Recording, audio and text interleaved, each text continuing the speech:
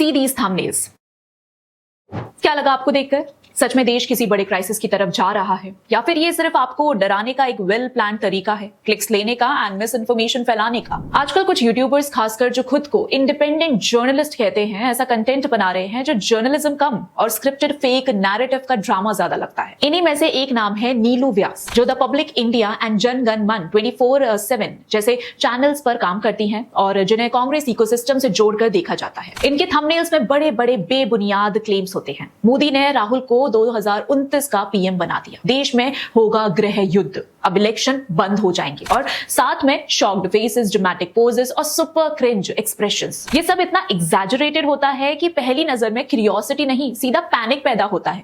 बिना किसी ठोस सच के सिर्फ डर और ईगरनेस के सहारे दर्शकों को बांधना, ये जर्नलिज्म तो नहीं है, ये आम जनता के साथ खुली इमोशनल मैनिपुलेशन है। और ये कोई नई बात नहीं है। 4 PM न्यूज का उदाहरण सबके सामने है, जिसे इसी तरह के अंधाधुंध मिस इन्फॉर्मेशन और सेंसेशनलिज्म की वजह से बंद करना पड़ा। साफ है कि जब अकाउंटेबिलिटी आती है तो ऐसे चैनल्स टिक नहीं पाते। और प्रॉब्लम ये नहीं है कि किसी का पॉलिटिकल ओपिनियन अलग है, वो होना चाहिए। प्रॉब्लम ये है कि नैरेटिव को इतना ट्विस्ट किया जा रहा है कि रियलिटी बिल्कुल पीछे छूट जाती है। वेस्ट बंगाल 2026 के रिजल्ट्स को ही ले लो।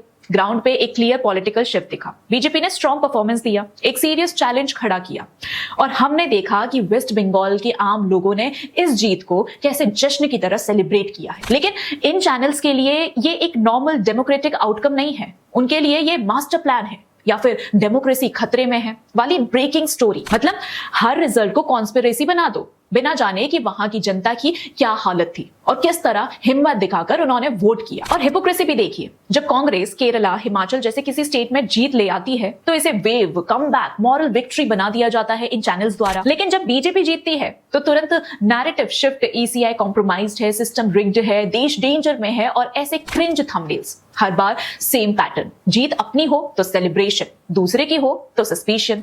ये हेडलाइंस इतनी absurd हो गई हैं कि वो खुद एक फिक्शन लगने लगती हैं। मोदी ने राहुल को PM बना दिया, मतलब क्या कहना चाहते हैं आप? कोई सेंस है इन बातों का? देखिए, बात सिंपल है, ये सब नैरेटिव आपको रियलिटी समझाने के लिए नहीं, बल्कि आपको इमोशनली एंगेज रखने के लिए बनाए जा रहे हैं। जितना ज्यादा शॉक उतना ज्यादा क्लिक। लेकिन इनको कौन बताए कि ग्राउंड रियलिटी थंबनेल से नहीं चलती, सच्चाई से समझी जाती है।